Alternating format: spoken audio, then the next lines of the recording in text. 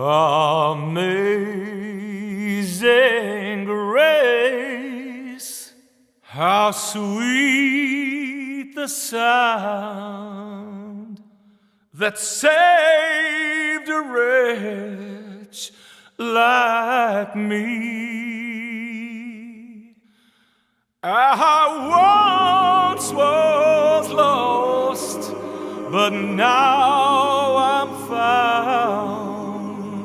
Was blind, but now I see. 'Twas grace that taught my heart to fear, and grace my fears relieved.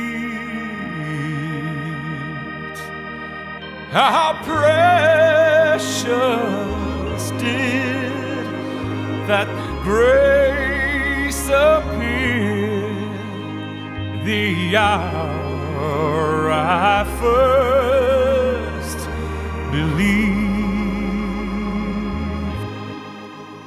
Through many dangers, toils and snares, we have already come. 'Twas grace that brought us safe thus far,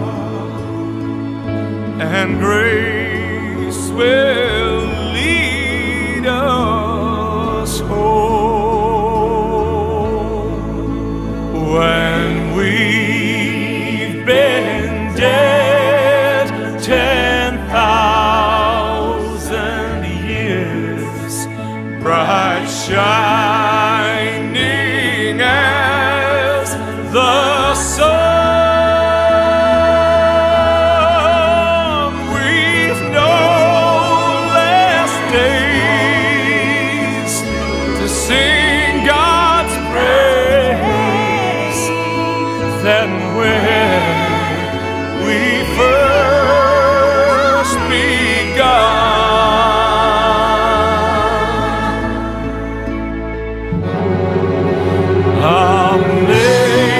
Amazing grace, how sweet the sound that saved a wretch like me. I once was lost, but now I'm found. Was blind, but now I see.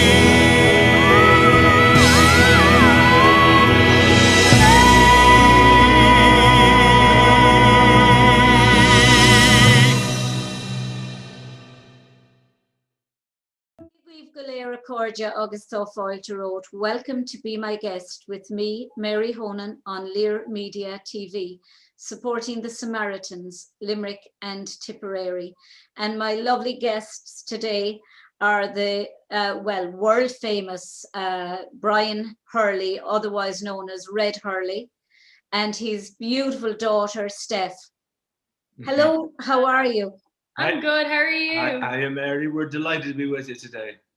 Well, do you know, I often say Red, and I'm not, I'll say it to your face, but I've said it behind your back. You're probably the greatest singer that has come out of this country. Do you hear that? Do you hear that? No, I mean, seriously, what an absolutely fabulous voice.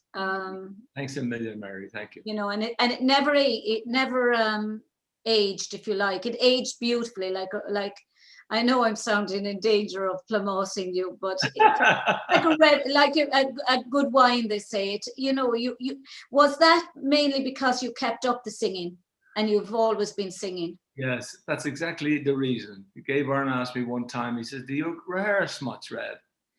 And I think he was expecting me to say, no, I don't rehearse at all. But the truth is, especially years ago, we used to do 2 hours a day. So 2 hours a day equals voice staying there, you know. And what would you do now?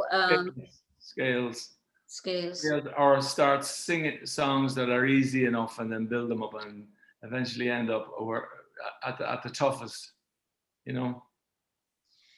You first, I suppose, came to our radar, I suppose, when you sang in the Eurovision. I was very young now, I will admit to that, but I you know, I'm kind of young myself, Mary. You were very young, you were only a child, but I mean, the evidence of that song is still there for everyone to see. And when you sang with the Leaky Gospel Choir, and wasn't it the Leaky? Yeah. And you know, I mean, you're continuously singing, and evidence of your voice is there for anyone to see on YouTube. But you know, I mean, I don't think you got what you deserved in the Eurovision. Well, it was a different time. It was a different type of song required. I mean, it needed something fast, like Tennessee Special or Arkansas or something like that. But it was a nice song. Somebody said to me one time, it's the best song never to win the Eurovision. I just used that quote earlier. Yeah, I just did an interview with the Sunday World, and I literally said exactly what you just said. Are you serious? Yeah. Yeah. Mm-hmm. And now, Steph, you're singing. You're after releasing your dad's song, When, sang for Ireland in the Eurovision.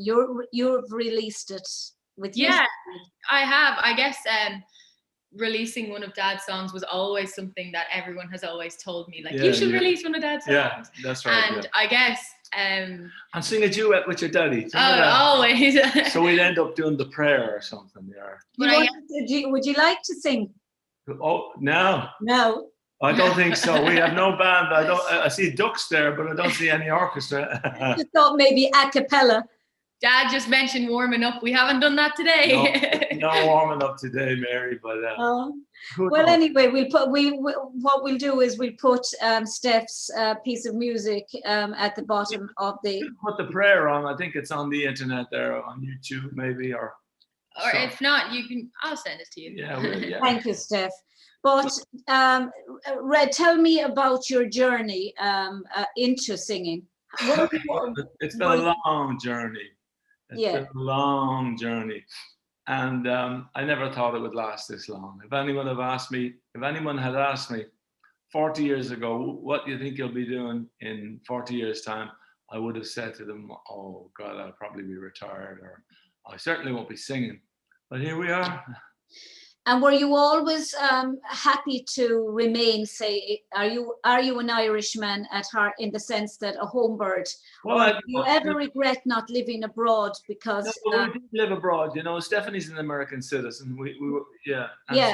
I know you moved to America for a long time. For 20 years. Yeah, but do you ever think that if you had stayed in America, you'd be a megastar now with all the gospel choirs and everything? Speculation is a bad thing in our business. Yeah. Especially if it's optimistic speculation, because it comes back to haunt you. No, the truth is, I like singing. I like singing, especially nice big concerts with a nice big band. And I've done a lot of that, and I enjoyed doing it while I was doing it, and I still enjoy doing it from time to time. And one of the things I like particularly that people seem to put to one side is I love spiritual music, and I love church music. And I like to do concerts in churches, and you know, it works very well. They're usually kind of for charity, or maybe half charity or 3/4 charity, and I like to do that. And it gives you a lift, a nice lift in your soul. You feel good about what you're doing, you know. And you never went down the route of Irish dancing. I could never get the 2 feet across.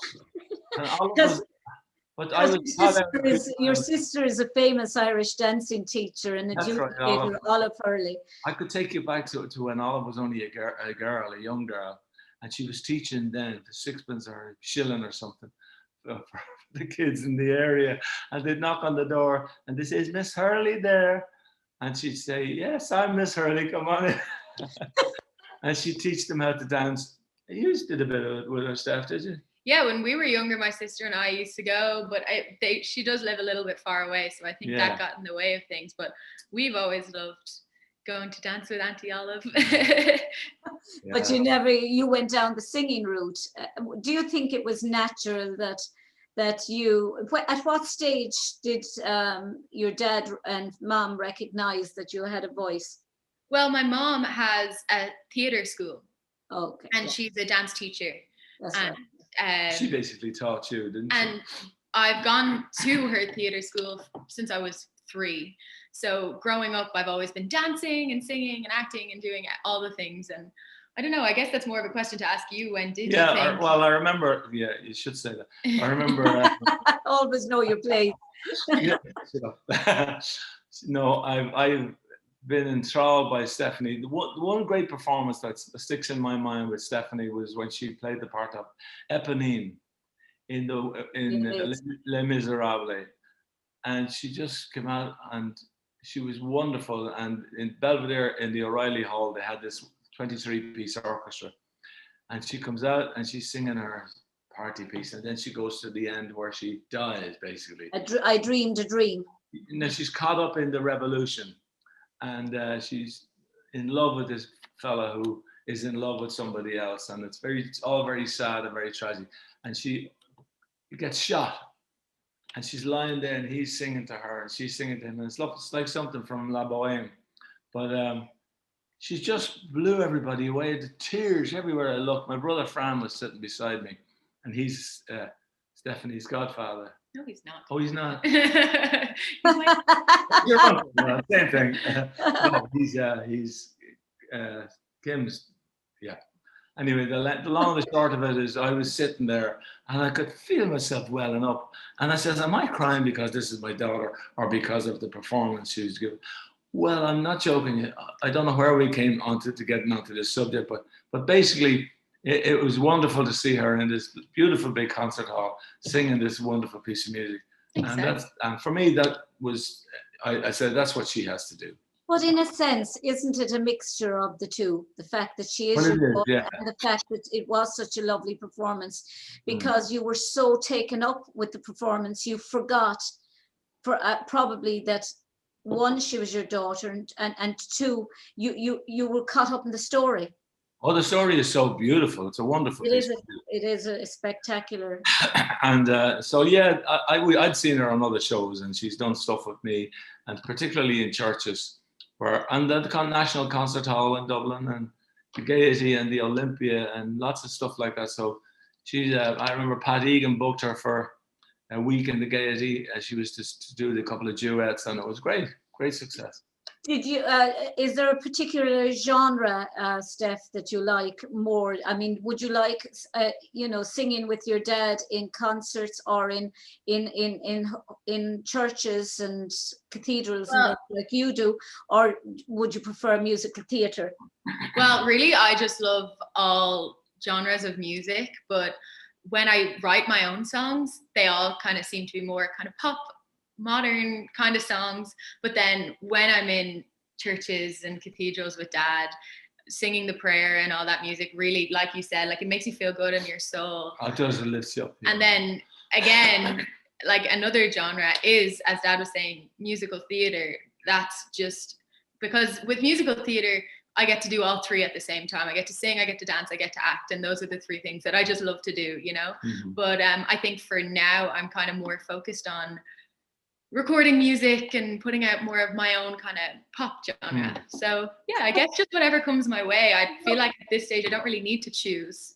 No, and the fact that you have the dancing background of in some way, and that dance is in your family, do you feel that has actually, well, one, given you the ability to dance every type of dance, because once you've trained in any form of dance, it makes it easier. One, you've got that sense of rhythm, that sense of timing, the ability to learn steps that a lot of singers don't have. I mean, when they're one-dimensional in that they're maybe beautiful singers, but they can't dance a step. I I think as well, just dancing has given me the ability to learn things quickly. Yeah. That's what you need to do. Yeah. They'll throw something at you, you need to pick it up. Yeah. And even that stood to me in school and with singing and I think dancing is such an important thing for a child to do while they're growing up. Yeah, it's very healthy in the first place. And obviously you're getting exercise, and it's really helped me a lot with my confidence growing up. And it also helps with balance, and it also helps, as you said, with your schooling, because it focuses you, and it teaches you how to learn something from the beginning, stick with it. Same with the voice training. The fact I couldn't convince you to sing it is a good thing, because it means that you're disciplined enough to know that this is, I'm not going to sing unless I can sing 100%, and I can't do that without firstly warming up and practicing 2 hours. We should have maybe made this for 5 o'clock, and you could have had your 2 hours exercise read. Well, Brendan Grace will never be dead while you're alive. I met Brendan Grace. Yeah, lovely. I met him. He wasn't well when I met him, actually. I was at a show he did in the 2 Mile Inn, and the same night there was a bomb scare. In the 2 Mile Inn. I know, and if you saw it, it was like a scene from a comedy itself, because everybody just left calmly. We all went out into the car park. Yeah. And he came out and he did the concert outside. He's a gas character, wasn't he? It didn't even faze him. And he kept everyone calm. Yeah. And he did the concert. We Irish take to bombs very easily. It's always just another bomb scare. I say I love Brendan very, very much. He was a great pal of mine. Yeah. I sang at his wedding 40 years ago, and I sang at his funeral, and that really got me. I don't cry that easily, but I saw the documentary in which you spoke about Brendan and about his singing at the wedding and singing what you sang at the wedding. It was just heavenly, really. Very sad, but that was a very, very, very sad occasion. Because he was so really well loved, not just respected as a great comedian, which he was, but as a friend, as a person. He'd do anything for you. He was a great guy. What was it about him that seemed to have, I think it was the fact that when he told jokes, I mean, The Father of the Bride is a classic. Oh, hilarious. Do you know, but when he told jokes, they were the type that everyone could go to. They were innocent jokes, family fun. Subtle implication. If there was anything risque, it was always very subtle. Subtle. Kids couldn't understand it. So it was nice. He didn't need to be black or blue. When did you first become friends with? Going back to the days when there was a pub in Tala, a big pub in Tala called the Embankment. And I was in the Nevada show band. And a fella said to me one night, we were off on the Monday, he says, we'll go out tomorrow night to have a look at this guy. You'll enjoy him, Red, he's great. And we went out to the Embankment. It was only a little rinky-dink pub, really, when you compare it to big ballrooms. It was no big deal. And he came on, well, he had me in stitches of laughing. And I came up to him afterwards and I was chatting to him, and we had a couple of pints. And he was looking for an agent or a manager. And I put him on to a couple of guys. And he ended up at one of them. And that was basically how I met him in the first place. But we just took it from there bit by bit. And then I ended up singing at his wedding. But I mean, it was a wise choice, because I mean, when you have a friend who sings, I mean, I was in 14 years in Bunratty Castle, and I had lots of friends who were fabulous singers. And when my parents died, my best friend, Annette Stapleton, Oliver Stapleton's sister, I don't know if you know Oliver, he was drug squad detective in Limerick, and Annette, it was from Waterford, but she sang at Mum's funeral and Dad's. And, it was lovely to have somebody that you knew was going to do a fabulous job. Well, we did it was done with a good heart, you know. But his documentary was tragically sad. Yeah, I mean, you know, it was just, it's it's just tragically sad. You put the nail on it there. just a loss for the entire nation, and people who didn't know him will never really appreciate his greatness. But Steph, your dad, it's safe to say you're in safe hands with your dad around. You're not going to end up with a manager. You know, that's sweet. You're not going to end up with a manager that's going to rip you off, or you're going to end up with the greatest manager in the world because your dad. I won't be Touch her wood. manager. Touch I won't wood. be her manager, I can assure you. Huh? I wouldn't be the greatest manager in the world. Are you no? Are you actually managing Steph? No, I'm not. No.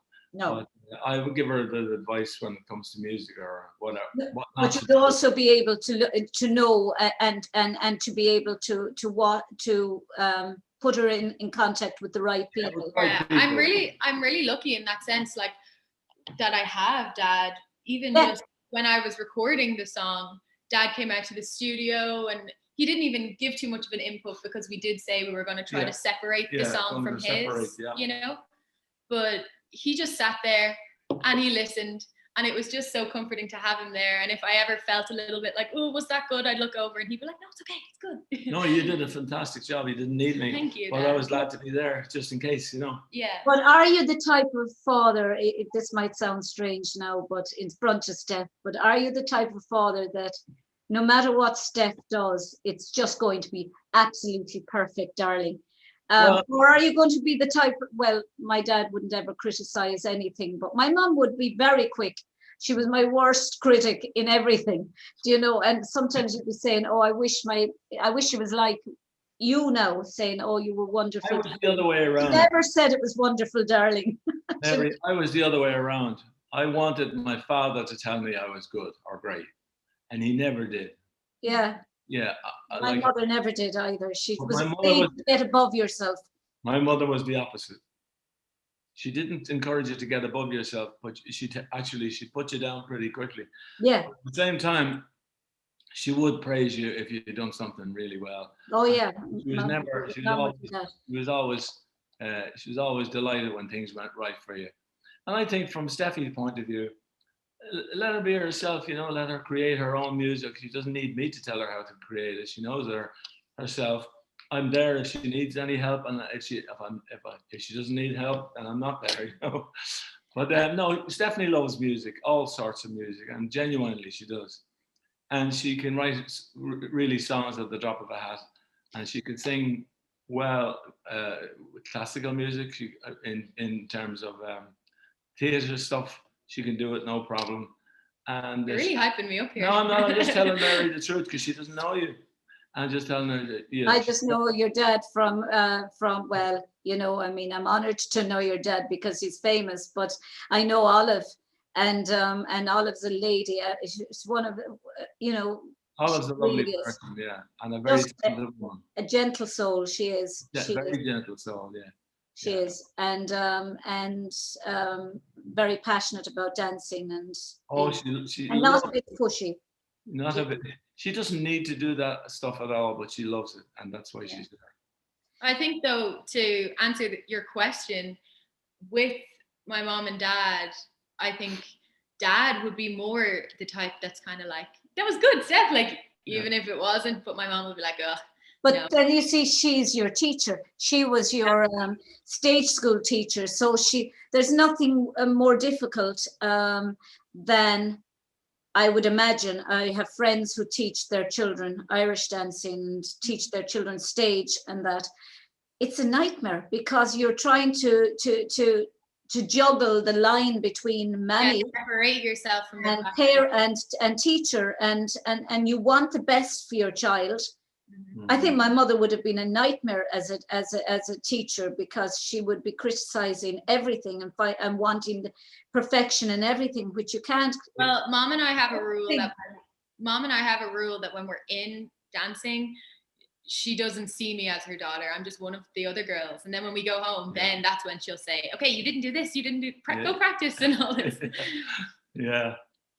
Do you find that having a mother that, I mean, it's, I've often spoken to friends of mine and that, and well, one of my friends, she said it was very difficult to teach her daughter. So she had another teacher. She danced under another teacher because she felt, and then I had other friends whose parents were so wrapped up in their schools and wanting to teach their other children because they didn't have time to teach their own children because they were so engaged teaching other people's children, and they were afraid that other people's children, I suppose, or other people would think, oh, they were giving more time to their own child. Their own kid, yeah. Well, no, I don't. I think I like to hear like constructive criticism from my parents because I know that they always have my best interest at heart. So when I'm in dance class and she's giving time to other children, I don't mind because I know when I get home, she'll have time for me. It definitely helps her a lot, to teach younger kids. That's great. Do you know that it's great? Take a lot off their hands because she knows everything that our mother's trying to tell them. Yeah. So she said, Mom, I'll take that bunch there, enough. And I've seen you doing that very, very well. And so thank you. You're really hyping me up today, Dad. I have to. I hope people aren't disappointed with me. No, they're not. No.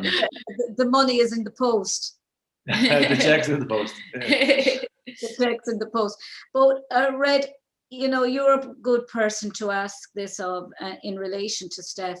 Would you advise Steph against going down the route that a lot of youngsters are going down now, which would be going down the likes of X Factor, and because it's dog to dog in the world now? Or do you think I think Stephanie, I wouldn't suggest she goes down that route at all. I think that the route she should go, because she's a good dancer, a very good dancer, because she can sing and because she can act. And what was the school you were in America? I got accepted to the American Academy of Dramatic Arts, which is an acting school. That's not easy to get into. Oh, it's like RADA. It's like RADA. But then when I ended up going over, I started taking other outside classes, and I just felt like, you know what, being more independent is more for me than being in the structure of the school, So I decided that I would just take all the independent acting classes and dancing classes so I could go to whichever studio I wanted on whichever day, and I wasn't set to a timetable or anything.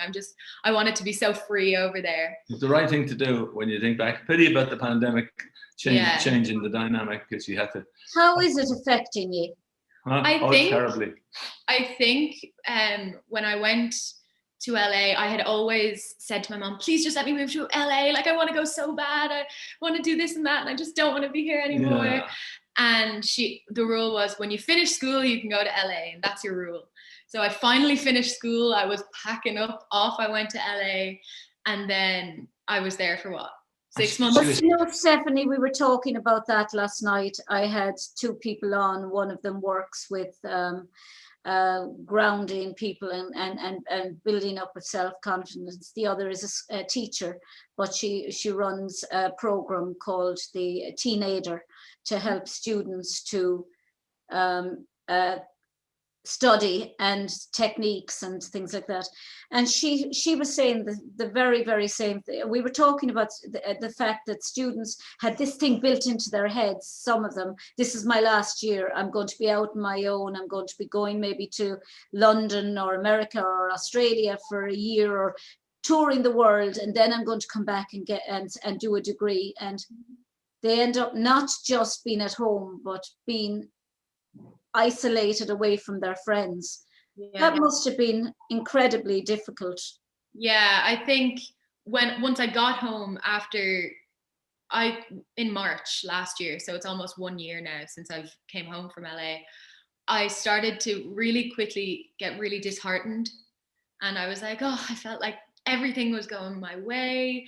I was just so happy with where my life was at that time. I'm home now. I can't even go see all my friends. I can't go up to the dance class to see all the kids. I can't do anything that are the perks of coming home, But you're saying because of the pandemic. Because of the pandemic, I had to come home, and I started to just, get really in my head and upset about the whole thing. And that's when the idea came upon us, like, well, why don't you just record songs while you're here? Like, you don't have to be there. You can do things while you're here. And then that's when the whole conversation of when started. What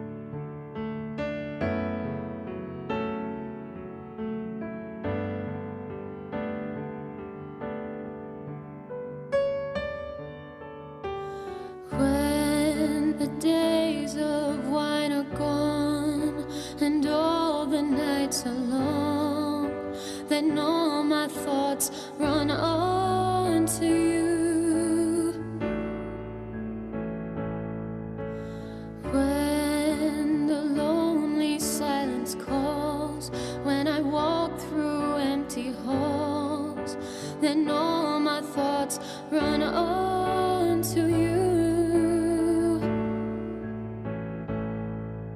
And when they linger for a while, you come and touch me with your tender smile. And when your love was all my world, my days, my life, you were, then all the songs were songs of you.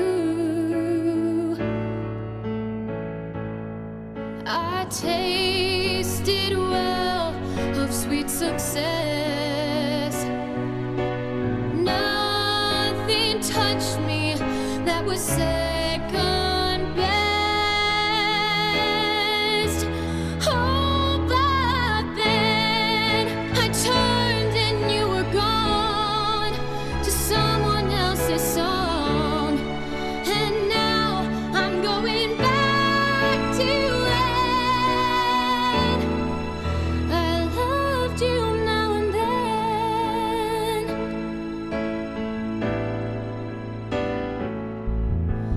When the story now is told and all my love unfolds, I've lost my very soul to you.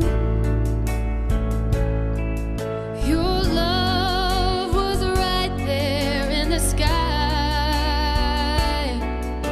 but at the time I've never looked so high. Darling, when will you come back to me?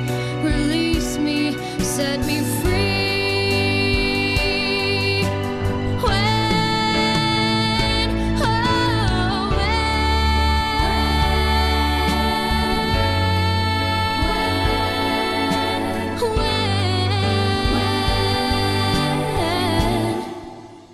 I loved you now and then.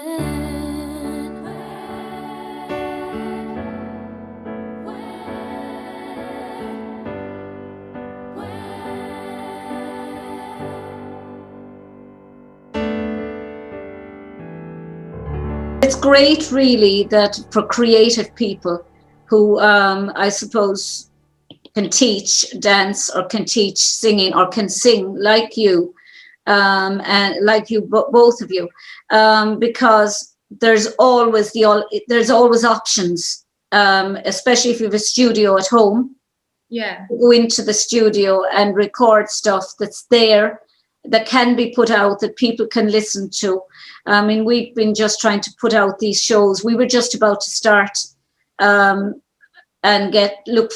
we had applied for an FM license, and then COVID struck. So we started to do these I saw Zoom, and I thought, we could put out the shows via Zoom. Mm-hmm. So you try to find ways around the problem. Otherwise you go absolutely insane. Yeah. I mean, what's it like for you, Brian? Our business is effectively closed down. We can do shows, but there'll be nobody there because they're not allowed to be there. And it's as simple as that. We were never as busy coming up to March of last year.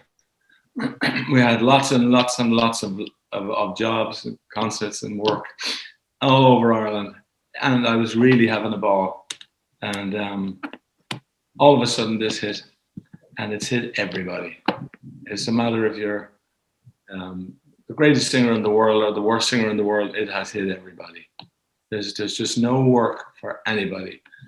I mean, I was looking at a singer that I absolutely love, who I absolutely love, and that's Jonathan Antoine. He was he actually was second in Britain's Got Talent. Should have won it. A dog won it.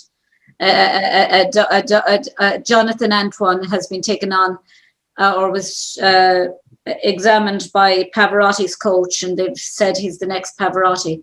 He's exquisite, but he's the same now. I see him doing all these. He's recording in his studio at home. No live concerts, nothing. But I was talking to Tommy Fleming there a few months ago on my show, and you know, Tommy's usually upbeat. I interviewed him before, and he really upbeat. I never saw him so kind of that, and a kind of a quiet anger at the fact that, you know, he was at the time he was saying that I can't think of the name of that place in Dublin where all the pubs are. Temple Bar. He was saying that around Temple Bar, everyone was out having a drink and that. And he said just a couple of 100 yards down the road, the concert hall where I'm normally playing in and that we play in is closed. There's no reason why it has to be closed. People could still go in and wear masks if necessary and have every second seat available. At one stage, I got a little bit frustrated because you can go, for a little while, you could go to the cinema. And I was like, how is that any different from going to a live show? You know, people are sitting all close together in a room. No one was wearing masks. So I don't know. But we're only allowed a quarter or a third or something of whatever the audience ordinarily would be.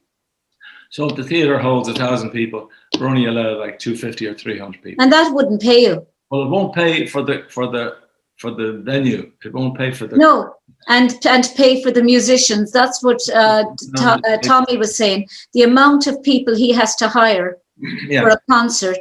And then you have to pay for the venue, and then if you put stuff up, he said on YouTube, if you decided to run a YouTube concert with Red Hurley and Tommy Fleming and blah blah blah, the amount of money that's taken by YouTube and by all these, they all need a piece of the action. There's nothing left to pay. And then, you know, he was saying to me that in 6 months' time, just assume that everything's back. Everyone is rushing to try and get the same camera people, the same sound man, because there's only a few people that work between all of them. And it could be years, he said, before he gets back to normal. Do you know, I mean, I personally don't see the rationale in it at all. Outside concerts should certainly be allowed back. Oh, definitely. Yeah. Outdoor concerts should positively be out because there's no danger there. I mean, they could easily put, you know, if in Croke Park, they could easily put some kind of canopy or build the stage, have everything outdoor or allow people in with masks.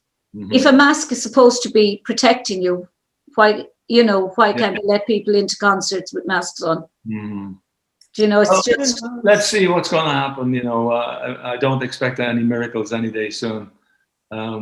Even when we thought we had the vaccine 100%, it's turning out that maybe there's a lot of little caveats with it, you know. There's so many people opposed or advocating for us to reconsider or take our time in deciding. It's all up in the air. One doesn't know what to do for the right.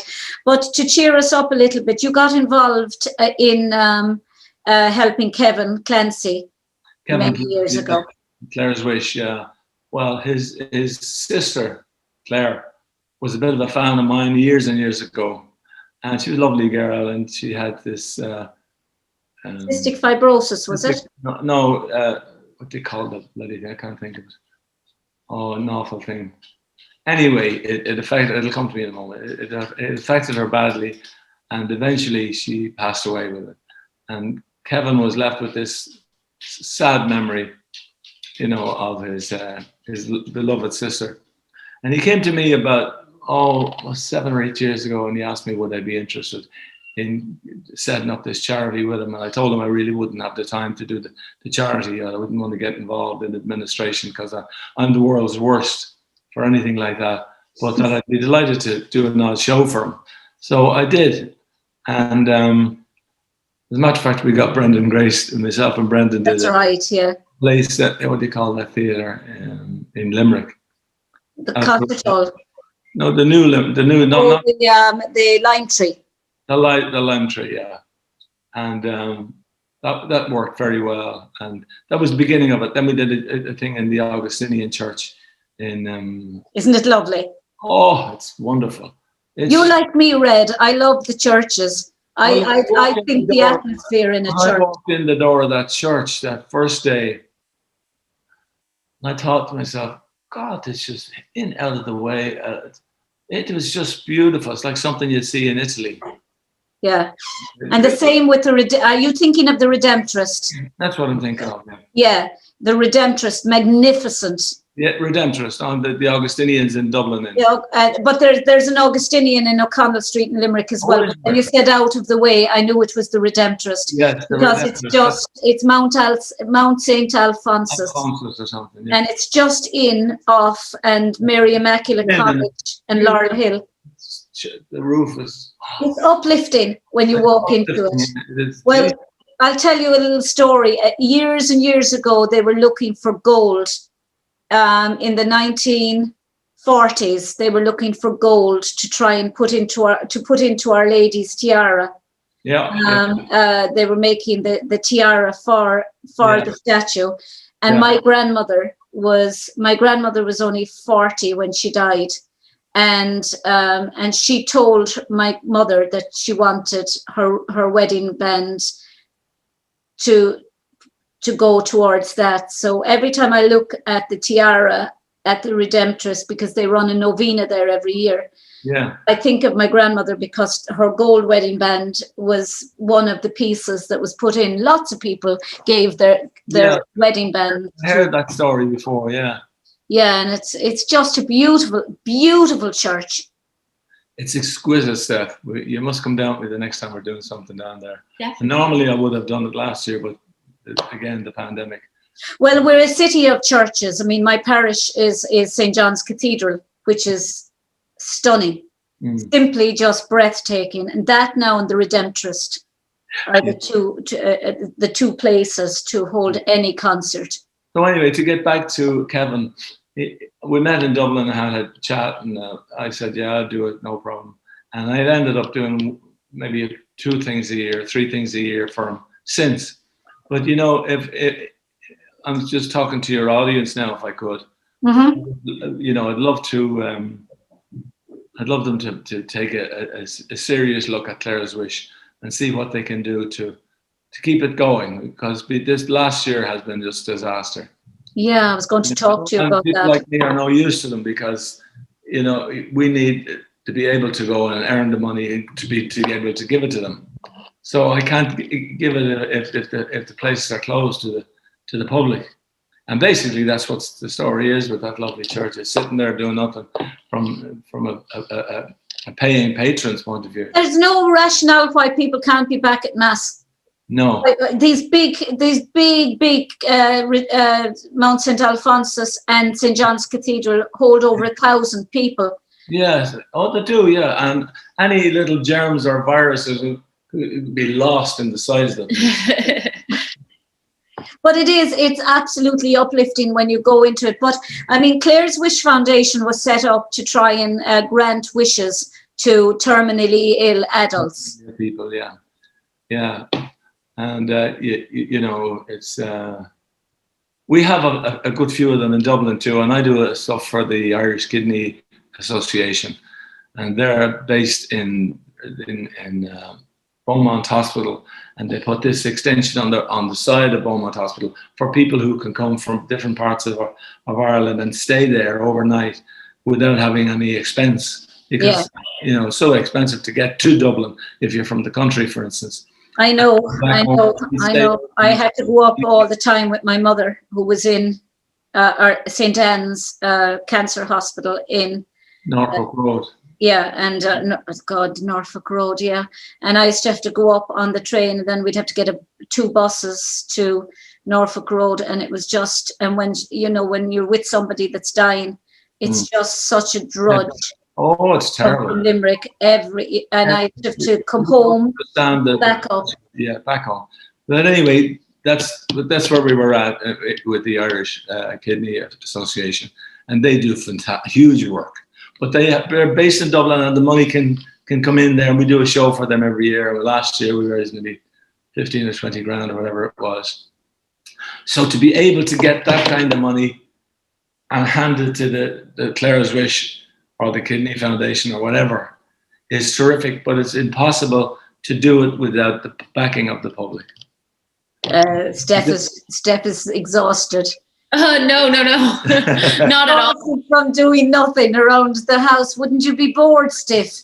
I know. If you weren't creative people, imagine what it must be like for people who are having an ounce of creativity and can't think, what am I going to do? Weren't you up till 4 or 5 this morning with people? Yeah, I take this acting class in LA, and I'm doing it on Zoom, but with the time difference, it starts at 3 a.m. and ends at 6 a.m.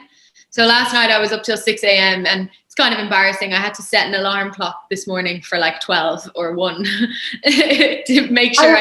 I know, I'm a night owl too. I do apologize, Brian. I think I might, when I looked at the clock and I got a reply from Brian the other day saying, yes, that's no problem. Good night. I thought, oh my, and I looked and I thought, oh, it's 1 o'clock in the morning. Yeah. And his phone must have bleeped beside his bed, and I have no concept of. We're such night people, aren't we? I think I was watching TV. Yeah. I love that thing, The Good Doctor. Have you seen that?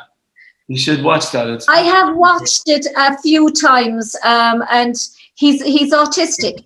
He's autistic, yeah. Isn't it a fabulous series? And a great idea, wouldn't you? I mean, to come up with that idea that he's a genius in some respects, and here he is autistic in the other respects. He's a high-functioning autism, borderline, when he is a genius. Vision of how it should work and all. I thought it was great. And I mean, it's the imagery that they bring up, and they actually show you the inside of the brain, or they show you what he's thinking. Yeah. And it's virtual imagery, and it hangs in mid-sky, and he can analyze it. You're dying. You're dying. There's nothing wrong. Imagine a doctor coming into you and you're saying, how am I, doctor? You're dying. Yeah, that's terrific. But wait, are you getting sick of watching all the television programs now? Is the novelty gone off you? Gone off me, yeah. It's gone off me. How about you, Steph? We've gotten really into walking recently. Yeah, we're like, yes, walks every day, get some air. I think that's the best feeling. I have a newfound love for walking. If their shop is up the road, I used to say, Daddy, will you drive me up to the shop? Now I'm like, nope, I will walk. I love the air. And it takes more time to get to the shop and back, so then it goes through the day. Beth, I used to walk everywhere. I used to walk from my house into town rather than wait for the bus, and then I'd walk from town out to the Crescent Shopping Centre where I used to work, which would take you a good hour. And I'd do the same at night, and I'd walk home, and then the next day. Then I got a car when I was in Bunratty at the time, and I was dancing there, and I was super fit, 7 nights a week, 2 shows a night, super fit. And I used to get a car, and now it's giving me all I can do to get up the stairs and down. I mean, I think I am doing really well when I can actually go up and come down. I danced the other day inside in the kitchen, And I thought, I'm going to try and start getting fit again. And I did the right leg of the Garden of Daisies. And I thought, Jesus, I got through the right leg. Now I'll have to work up to getting the left leg done. And I mean, I think that is shameful. Well, that I'm proud of myself after doing the right leg of the Garden of Daisies. And do an ex-Irish dancer. Who could do 76 shows in 9 days, 4 dances, 8 dances per show? I did a thing there years ago. We did Red Hurley, My Ireland, with a TV documentary, kind of stroke entertainment. And we ended up doing some lovely things all around the county of Clare. Yeah, and beautiful county. What? It's a beautiful county. And anyway, we had a lovely time doing it. And we stayed down there for about a week, and we went to Bunratty and the Burren. And the Burren, magnificent. Ash was lovely. And then down to Doolin. And there was 5 big rocks, sorry. I mean, gigantic big boulders, they weigh about 4, 5, 6 ton each. They're megalithic tombs. No, not the megalithic tombs. No, just on the beach, these stones were. Yeah. They weren't stones. They were rocks. They were the size of this table. Anyway. She can't see the table. The Fury brothers were special guests on this show. And God, we had some laugh with those guys, I'll tell you. Jesus, I'd say you had a laugh with the Fury brothers. One of the big rocks, you know. And he's talking like that to me. This is great, Red Hurley. Yeah. Of course, I slag him to his face, and he slags me back, you know. The great Red Hurley. He's got the most distinctive voice, hasn't he? Oh, the great Red Hurley. But we had some laugh, I can tell you. And I don't think anybody will sing, no matter how great their voices are. I don't think anyone will sing The Old Man. The Old Man. Okay. And I miss him, the old man. I mean,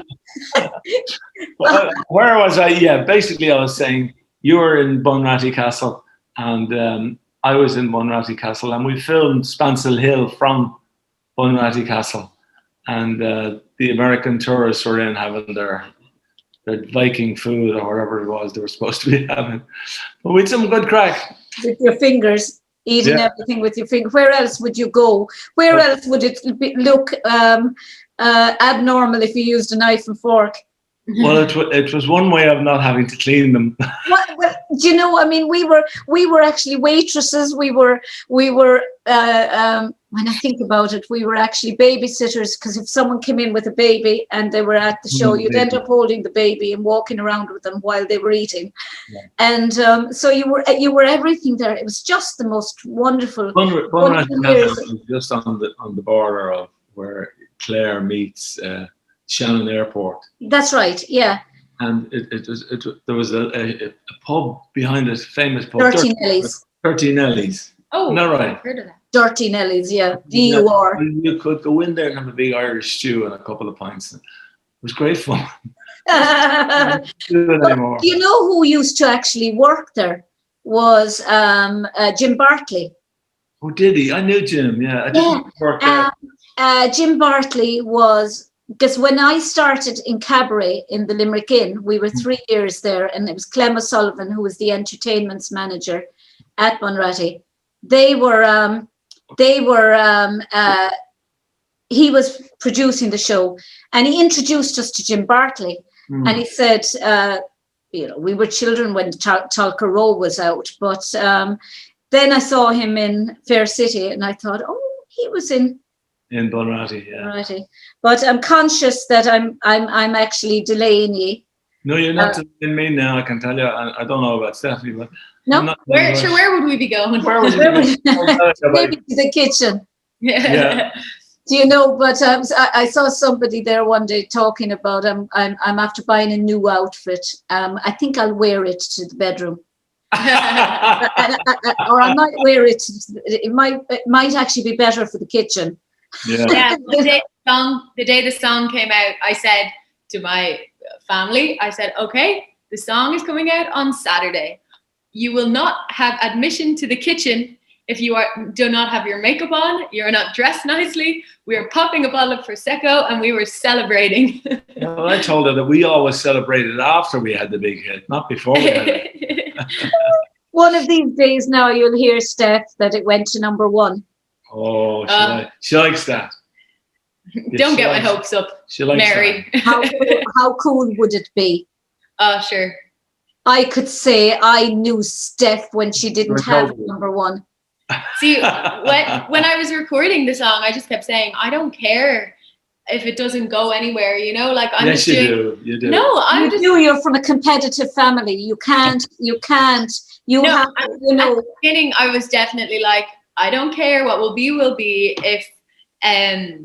If it doesn't do anything, at least I recorded Dad's song. It'll be nice to look back on. But then I've been, you've got a great response to it. A wonderful response. I've been so overwhelmed with how much support I've been getting on the song, and how many times I've got texts saying, "Hey, I heard you singing with your dad on one of the YouTubes. It was the prayer. I heard you singing the prayer. You were actually in a concert, open air concert. It was there, wasn't it? I think that would have been the concert hall. No. No. There was it was you had these on as well. I think it was on you were on. There was a tent overhead you, marquee or thing. I forget what you. I think it was. You sang it so many times at this stage. I don't even remember. It was absolutely beautiful. I mean, you have a soprano voice. Yeah. Thank you. Yeah. It's just my voice would be soprano, but I would never have the confidence to sing. We did a Christmas CD for the School for the Deaf. And somebody said to me, how appropriate with you singing. And I mean, what an awful thing to say, but we raised €3,000 for the School for the Deaf, and it was a beautiful CD. All my neighbours got together, and some of them are. One of them, Dolores O'Connor, was and Siobhan O'Brien, and a load of them. They were all lovely singers on it, and I sang "Oh Holy Night." Who's the busiest choir down in Limerick now, Mary? There's a lot of choirs in Limerick, but there's I think the Sicilian choirs would probably be. And then Greta McCormack has, Greta. Yeah. She has the gospel, Limerick gospel. I worked with them several times. Yes. They're very good. Very good, and she does a lot of, and puts a lot of her heart and soul goes into that choir. Yeah, I know. Yeah. And then there's is it the Aliki choir, or is it? There's a choir. There's a choir out in the University of Limerick. They're all African. Yeah. I think it's the Aliki Gospel Choir. I'm sure I worked with them. You did. Yeah. You did. You sang with the Aliki Gospel Choir. What was the thing they used to do with their feet, and they tap the floor with the feet and the hands, or was that the same choir? Have I got it wrong? No, I had a guy on who was the choir master of the Aliki Gospel Choir when I was on radio, and he spoke about it. I never actually heard them, but I heard the choir. I heard them when they actually sang when you sang "How Great Thou Art." I'm trying to think, what choir was it that you sang "How Great Thou Art" with? They were an African choir. Oh, in Africa, the Samaru choir. The Samaru choir. Samaru choir, yeah. They're fantastic. Magnificent. Consider, I rehearsed with them. We rehearsed till 10 o'clock at night, and they went home in this big coach, 40-seater. I arrived the next day, two coaches, and arrived the next day and rehearsed all day till 7 o'clock, and they went off and got cleaned up and made up and came on and did the concert that night. And there was probably 2,000 at the show. Wow. People. The size of the place, it was unbelievable. But you singing "How Great." It was the greatest heart that you could. I mean, they gave it everything, and no one looked for anything or praise or nothing. They were just such a lovely, modest people. Did you love being part of, say, for instance, the show bands? Oh, I did, yeah. Because one of our colleagues here, he's going to be doing the show band show, as he's done 2 of them, but he has the largest collection of show band memorabilia in the country. And he was a member of show bands himself with his brothers, and that's Tony Brown. And he would be great friends with Ronan Collins, Ronan Collins. But Tony is a historian, but he's also obsessed with the show band era and that. And do you think there's ever going to be a revival of it? I think it could. I think it could come back. To a certain extent, it has come back. To a great extent. I mean, I did the show band tour, 30 dates, and every one of them sold out. So yeah, you'd have to say the show band thing, it has come back to a great extent. Now, not the way it was. Obviously, Brendan Byron, a few of those people are gone. Joe Dolan and all. Joe Dolan, God, you're magnificent. Yeah, they were great. So without them, the centre of it has kind of fallen out. But at the same time, there are people in their 70s and 60s and 80s, and they want to go back to some kind of memory of their youth. You know what I mean? And it was an innocent time, but it was also a great time. And it's not to be sneered at, because it was part of our culture, part of our life, and we should embrace it. Well, I loved the Indians, and I was listening to, what's his name, on the radio the other day. I'll think of his name in a minute, but he had one of the Indians on singing, and he was and he was talking about how they did it live in London, and it was the actual piece that he sang, that they played. He had actually been doing that live. That was actually recorded live, and it's just remarkable. I never went to a show band concert because we were in the city. The show bands were usually on in the country, and in County Limerick, and we were the city, so we would, it would have been discos and things like that for us. And but I mean, when you look back in the music, it's fabulous music. They were great times. Yeah, great times. Wonderful. I don't regret a bit of it. I enjoyed every second of it, and we I'm just raging now that we didn't do our tour this year. We had booked a tour, 30 dates, and we had it booked to start in the 1st of January, and the whole thing had to be cancelled. And would Steph have been, obviously? No, she wouldn't. You wouldn't have been part of it. Different era for Steph, with different type of music. It's not really. I wouldn't think her heart would be in it the way it would be, in her what she's doing. Or would you prefer now, Steph, to be given the choice, singing or acting? Or for a while, I always thought, I have to pick, I have to choose, But now I'm kind of in the mindset, whichever comes my way, I would love to do.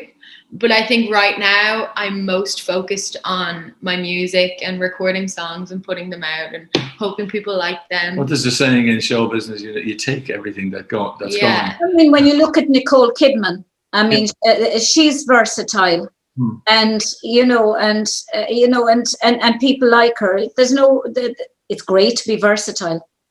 Yeah, you take everything you can get. That's what you do, and exactly. Then you analyze what's the best.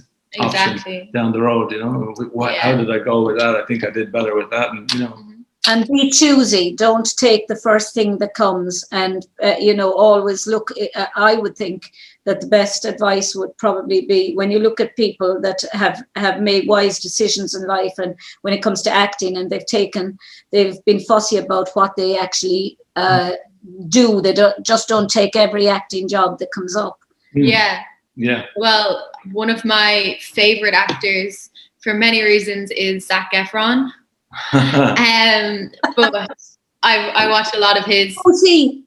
I watch a lot of his interviews all the time, and I think that was the biggest thing he said was I was very selective with the first few roles I did. And he went from High School Musical, then he did Hairspray, then he did like just So 17 again, all he huge calculated movies. what he wanted to do. And then from there, he felt he was getting typecasted as the handsome, like, singer guy, you know?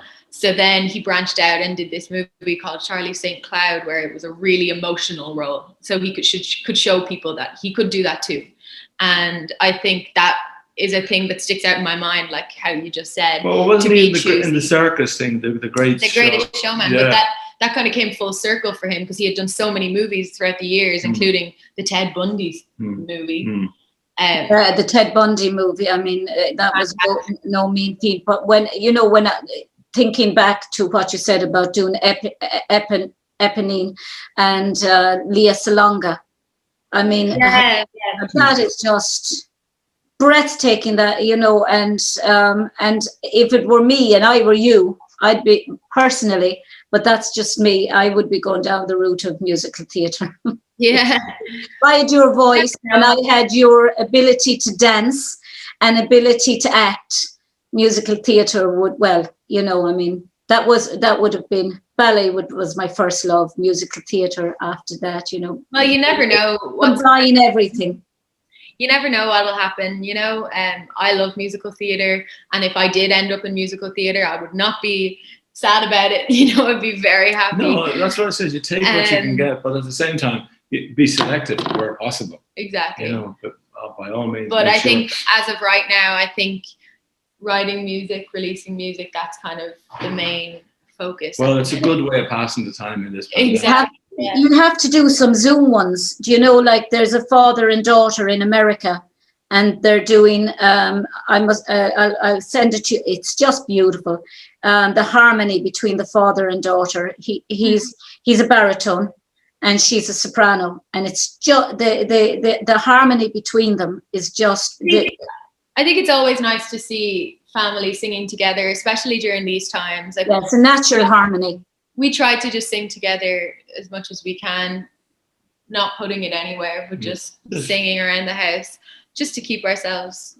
The family that sings together stays together. Exactly, isn't that right, Dad? Well, on that point, Brian read Hurley and Steph, his lovely daughter, soon to be #1 in the charts here in Ireland and in the US, seen as you're a US citizen. Thank you both for being my guest today. Thank you for having us. Thank you very much, Mary. It's been a pleasure. And before we go, is Olive able to sing? Because it could be Olive, because it could be. Yeah. It could be the Von Trapp family singers. There is a lot of us though in the Hurleys. Yeah. Von Trapp family singers and dancers. Shindera Leshan Clor. That's the end of the show for today. Until the same time, or until the next show, Le Cúnav Day. Bwalam Tugaler Chiacana, son is agus gra, agus Gade Ship Sloan. Sloan? Sloan, God bless. Bye. Thank you very much.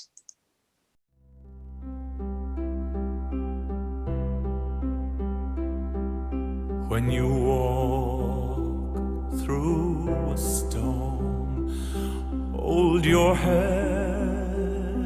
up high and don't be afraid of the dark. At the end of the storm, there's a golden